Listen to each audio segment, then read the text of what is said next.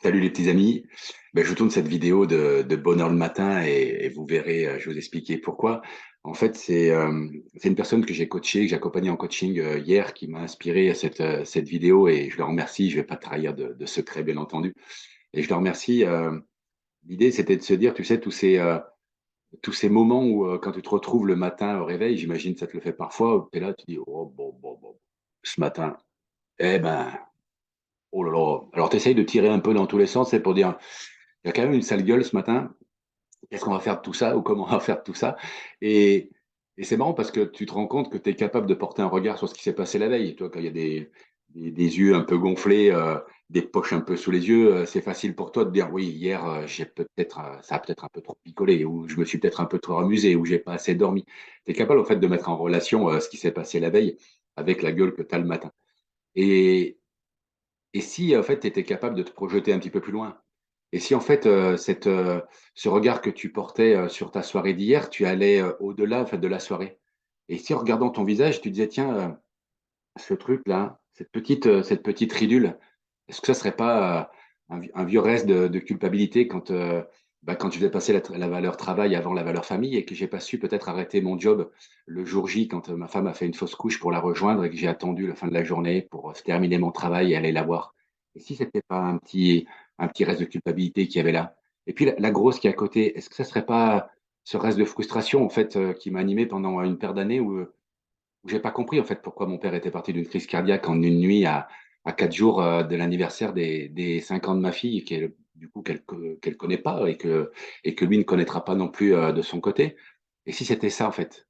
Et si celle-ci qui avait là, cette petite boursouflure là, au coin des yeux, c'était en fait les souvenirs des rigolades qu'on s'est tapé avec les frangins parce que j'ai deux frères et je pense qu'on a quand même fait deux ou trois petits tours de con gentillets mais entre les parties de foot et trois garçons qui étaient un petit peu, qui avaient la chance de pouvoir faire un peu ce qu'ils voulaient l'été, on a quand même fait deux ou trois petites conneries qui étaient sympas. Et si c'était ça, ces souvenirs-là?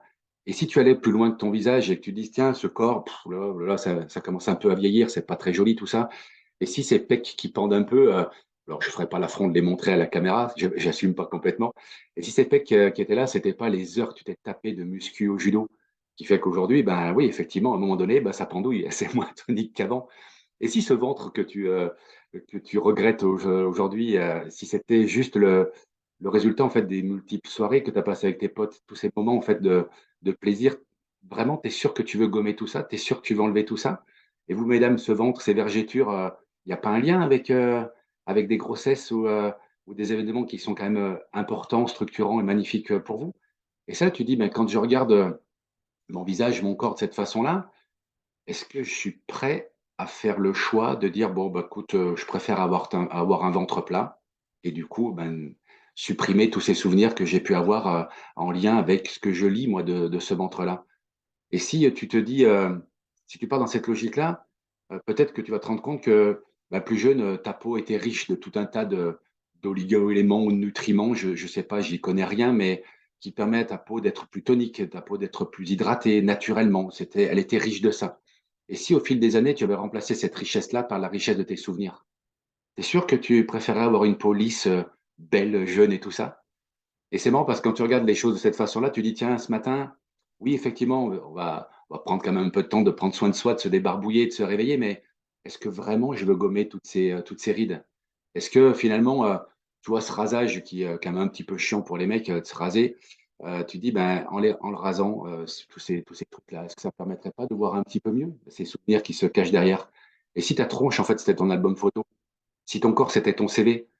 Et si au lieu de le cacher en permanence, si tu l'assumais un peu plus, si jamais tu en étais, reconnaissant de ce truc-là, ça pourrait être intéressant parce que au delà du fait d'arrêter de te pourrir la vie par moment, il y a peut-être un bénéfice secondaire. C'est que si tu te souviens bien, quand tu étais plus jeune, je sais pas comment tu fonctionnais, mais moi, quand on me disait à longueur de journée que j'étais nul ou que j'étais pas bon à l'école, le prof qui me disait ça, j'avais qu'une envie, c'était de le faire chier, en fait. J'avais aucune envie de lui dire: «Ah, tu as raison, c'est vrai que je vais me remettre au travail et je vais, y mettre beaucoup plus de conscience et je vais vraiment me mettre à bosser et tu verras, j'aurai des résultats». Non, le mec qui me disait: «Tu es nul, tu pas au niveau», j'avais qu'une envie, c'était de l'emmerder. De façon plus ou moins ouverte pour pas m'attirer d'ennui, mais j'avais aucune envie de faire des efforts pour lui. Et là, tu te dis: «Ben, mon corps, il fonctionne peut-être comme moi puisque c'est le mien». Donc, si j'arrêtais, si jamais je lui dis à longueur de journée que oh là là, ça c'est moche, ça me va pas, ça c'est pas. Si tu passes ton temps à le critiquer, est-ce que tu crois vraiment que de son côté, tes cellules font le nécessaire pour t'aider à peut-être atténuer certaines petites imperfections que tu pourrais effectivement réajuster? Et si tu prenais enfin le temps de l'apprécier, de l'aimer, ce corps-là, est-ce qu'il changerait pas son attitude vis-à-vis de toi? Je sais pas ce que t'as envie d'entendre derrière ces mots-là. Je te laisse, tu connais mes vidéos, je te laisse prendre, je te laisse jeter, je te laisse garder, je te laisse réfléchir, je te laisse cogiter. Mais si ton album photo, tu l'ouvrais un peu plus souvent, ça donnerait quoi? Allez, je te laisse réfléchir à ça. Je te souhaite une excellente journée et je te dis à bientôt. Ciao, ciao.